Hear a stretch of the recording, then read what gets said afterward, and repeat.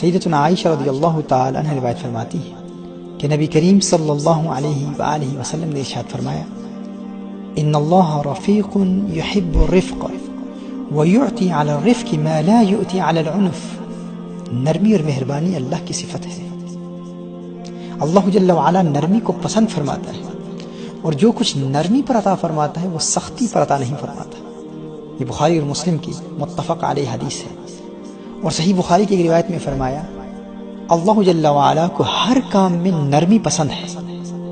ایک حدیث میں ارشاد فرمایا اذا احب اللہ العبد اعطاہ اللہ الرفق. اللہ کو جب کسی سے پیار ہو جاتا ہے تو اللہ اسے نرمی عطا فرماتا ہے. سنن ابی داؤد کی یہ روایت ہے. ناظرین کرام صحیح بخاری کی حدیث ہے کہ ایک مرتبہ ایک اعرابی نے مسجد میں پیشاب کر دیا تو لوگ اس کی طرف کھڑے ہوئے تاکہ اسے برا بھلا کہیں. نبی کریم صلی اللہ علیہ وآلہ وسلم نے ارشاد فرمایا اس کو رہنے دو اور پانی کا بھرا ڈول پیشاب پر بہا دو.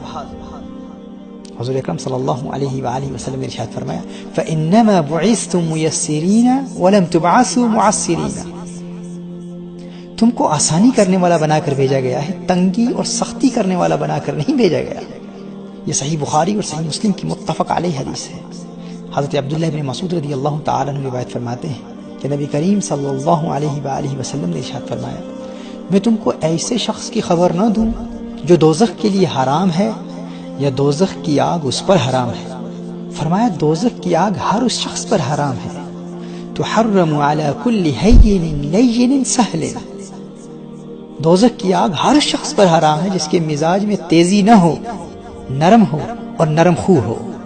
اور ایک روایت میں یہ اضافہ بھی ہے کہ لوگوں کے قریب ہونے والا ہو. اسے ابن حبان نے اپنی صحیح میں روایت فرمایا.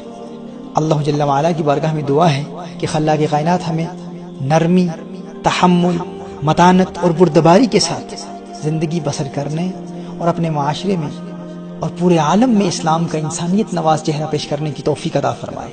آمین.